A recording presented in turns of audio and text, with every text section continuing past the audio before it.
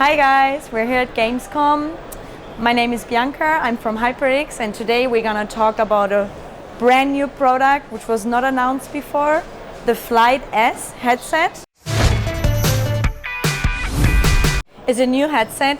We upgraded the Cloud Flight to the Flight S version. So first of all, when you put it on, you can see that you have the 90 degrees rotating ear cups, which is super comfortable to use. So we kept that. Another good aspect is with the headset now, it's 7.1 surround sound, virtual surround sound. So you can easily use it and have a better surround sound. We improved the microphone. So when you use the headset and you want to know if people can actually hear you, you will see that the LED is in red. And if you don't want anyone to hear you and you're not sure is my microphone on or off, the LED is going to be off.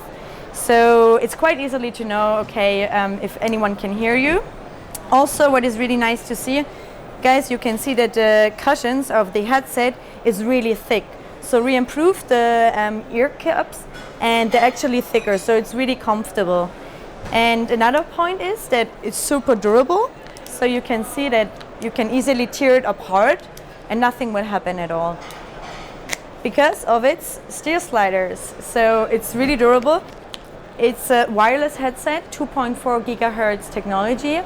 So you just have to use the dongle, you plug in the PC and you can just go and have a great sound. Dieses Video wird euch von HyperX präsentiert. Weitere Infos gibt es in der Infokarte. Another great feature is, what is really new, is that this headset is actually Qi charge compatible. So you can plug it and charge it and you have 30 hours battery life. But if you don't find your plug and it's anywhere and you can't find it or something, what you do, you just put the headset on the Qi charge pad and it's charging without any cable. So a wireless Qi charge headset.